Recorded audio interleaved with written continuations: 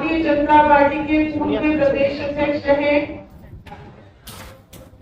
उड़ीसा में राज्यपाल रहे, आदरणीय प्रोफेसर ऋषि लाल जी, हमारे जिलाध्यक्ष भाई नरेंद्र जी, उन्होंने सांसद रहे प्रियंका गुप्ता जी, सभी हमारी मातृशक्ति प्यारे प्यारे बच्चे और सभी हमारे आए हुए यहाँ पर आदरणीय बंधु, आप सभी को मेरा वंदन है, मेरा अभिनंदन है।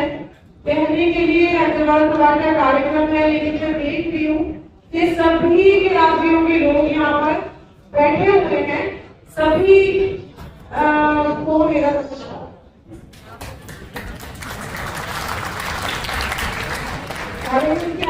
दूर हमारे भाई है, लेकिन सभी लोग इस कार्यक्रम में आएंगे, ये भी बहुत अच्छी बात है कि मुझे ऐसे लगता है कि भारतीय जनता पार्टी के प्रदेश अध्यक्ष जो है वो एक जाति की नहीं है, वो 36 बिरादरी। आप सभी यहाँ पर आए हैं, उसके लिए मैं आपका हृदय से आभार व्यक्त करती हूँ। और विषय इतना ही है कि आप सब यहाँ आए, आपका स्वागत है, अभिनंदन है। जो समाजवाद की परंपरा महाराजा अग्रसेन ने डाली, अंत्योदय की भावना से उन्होंने काम किया, उसी अंत्योदय के सिद्धांत पर आज भारतीय जनता पार्टी चल रही है। ये पंक्ति में खड़े हुए आपके व्यक्ति का उत्थान कैसे हो, ये भी चिंता आज हमारे देश के यशस्वी चाहे प्रधानमंत्री जी हो, चाहे हरियाणा के मुख्यमंत्री हो, वो दोनों इसी सिद्धांत पर काम कर रहे हैं कि अपने व्यक्ति का उत्थान कैसे हो। मैं अगर अग्रवाल समाज की बात करूं तो चाहे हमारे से भामाशाह थे, जिन्होंने महाराणा प्रताप को दुश्मनों को खदेड़ने के लिए अपना पूरा का पूरा खजाना खाली कर दिया, देश के लिए सब कुछ अपना कुर्बान कर दिया कि मैं धन दे सकता हूँ, तो मैं धन दे रहा हूँ। और महाराणा प्रताप की बाजू में इतनी ताकत है कि वो देश से दुश्मनों को खदेड़ सकता है। और अगर हम टोडरमल जी की बात करें तो उन्होंने जब हमारे साहबजादों का संस्कार होना था तो मुगल सम्राट ने कहा कि जितने एरिया में, जितनी जगह में आप सोने की गिनिया बिछा दोगे, उतनी जगह में साहबजादों का संस्कार कर लेना।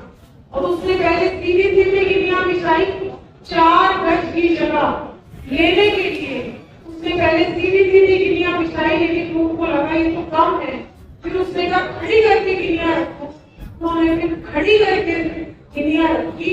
और अपने साहबजादों जिन्होंने देश की एकता अखंडता के लिए, धर्म की रक्षा के लिए अपनी शहादत दी थी, उनके संस्कार के लिए टोडरमल जी ने अपना खजाना खाली किया। तो ये भारत की परंपरा है कि हम सब एक हैं, हम सब 36 बिरादरी में, चाहे हमारे धर्म अलग अलग है, पंथ अलग अलग है, लेकिन हम सब एक हैं। आज हमारे सिख गुरुओं ने देश की एकता अखंडता के लिए, धर्म के रक्षा के लिए अगर उन्होंने शहादत दी तो टोडरमल ने भी अपना खजाना खाली किया उस शहादत को सलाम करने के लिए। तो आज मैं आप सबसे यही कहना चाहती हूँ कि हम सब इस देश को विकसित भारत बनाएं 1947 में। उसके लिए मैं जिस भी जाति से हूँ, मैं जिस भी धर्म से हूँ, मैं जिस भी व्यवसाय से हूँ, मैं जो भी काम करता हूँ, उस देश को विकसित देश बनाने के लिए मैं क्या कर सकता हूँ। आज हम सब के लिए ये सोचने का विषय है कि मैं क्या कर सकता हूँ। हम सब ये सोचते हैं कि मुझे कुछ मिल जाए, हमेशा हमारा हाथ मांगने वाला रहता है। मैं आप सबसे आज ये प्रार्थना करती हूँ कि हम देने की भूमिका में क्यों नहीं आ जाते, क्योंकि देने वाला मांगने वाले से बड़ा होता है। हम सब लोग ये सोचे कि मैं अपने देश के लिए, मैं अपने देश को 2047 तक विकसित भारत बनाने में मैं जिस भी भूमिका में हूँ, मैं व्यापारी हूँ, मैं डॉक्टर हूँ, मैं पॉलिटिशियन हूँ, मैं अध्यापक हूँ, मैं स्टूडेंट हूँ, मैं कोई एनजीओ चला रहा हूँ, मैं कोई ट्रस्ट चला रहा हूँ, मैं क्या कर सकता हूँ जिससे देश विकसित हो। अब आपको लगेगा मैं क्या कर सकता हूँ, मैं स्टूडेंट हूँ, मैं अपने देश में सफाई कैसे रख सकता हूँ, मैं अपने घर में सफाई कैसे रख सकता हूँ, मैं गली में सफाई कैसे रख सकता हूँ, मोहल्ले में सफाई कैसे रख सकता हूँ, मैं ऊर्जा कैसे बचा सकता हूँ। तो आज आपने देखा पिछले कई दिनों से टेम्परेचर इतना ज्यादा हो रहा है, 48 डिग्री 49 डिग्री। कभी हमने सोचा है कि हम भी जिम्मेवार हैं बढ़ते हुए टेम्परेचर के लिए।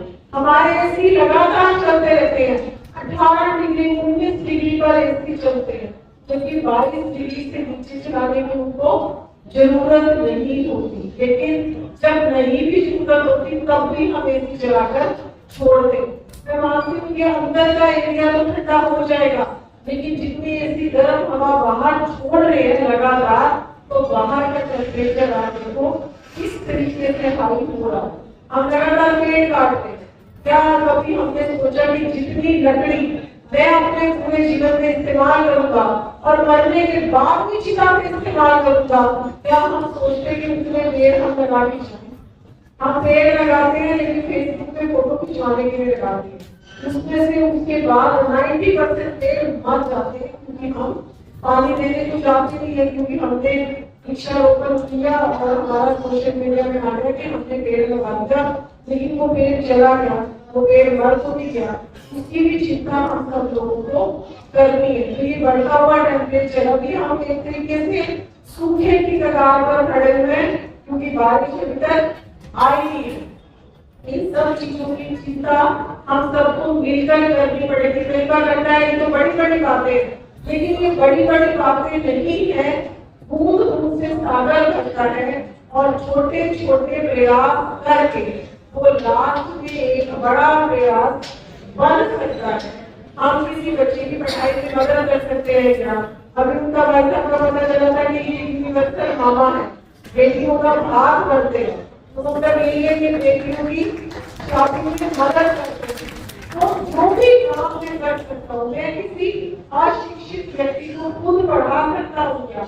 आप अगर कुछ लोग पैसे से सेवा कर सकते हैं, लेकिन हर व्यक्ति के पास हो सकता है उनके पैसे ना हो शेयर करने के लिए, लेकिन वो अपने कर्मों से सेवा कर सकता है।